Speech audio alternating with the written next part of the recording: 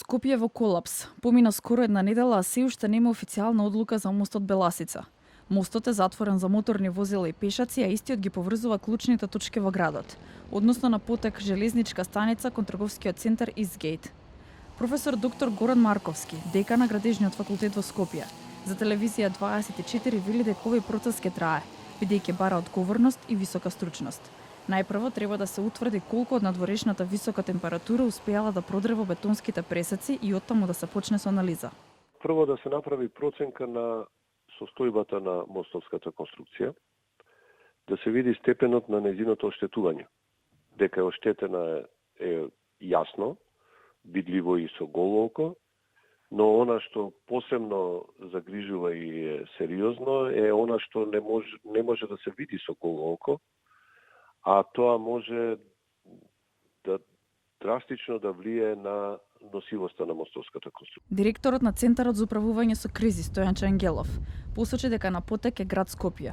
Оттаму треба да се формира стручно тело и да се дадат информации за штетата на мостот. Ние како Центар за управување ќе постапиме според информациите кои што нам ќе ни ги даде градот Скопје, а кои што градот Скопје ќе ги добие од стручното тело.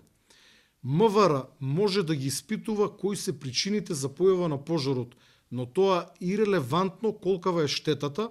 Мостот Беласица во функција скоро 20 години. Со самото затворање Скопје се враќа 20 години наназад, потенцира деканот професор Марковски. Ако се земе предвид колку сообраќајот е зголемен интензитетот на сообраќајот во овие 20 години, тоа значи дека во апсолутни бројки ние се враќаме уште поназад во однос на сообраќајната оптовареност, односно проодност на градските сообраќајници.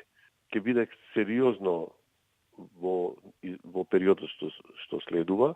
Денесот градот Скопје е пристигнато барање до Градежниот факултет при УКИМ за асистенција во однос на вештачење, односно истражување на моменталната состојба на мостот. Градските мостови се од големо значење за нормално функционирање во сообраќајот. Професор Марковски истакна дека неколку мостови се во критична фаза и треба да се обрне внимание пред да се случи вакво нешто. Во меѓувреме институционален молк.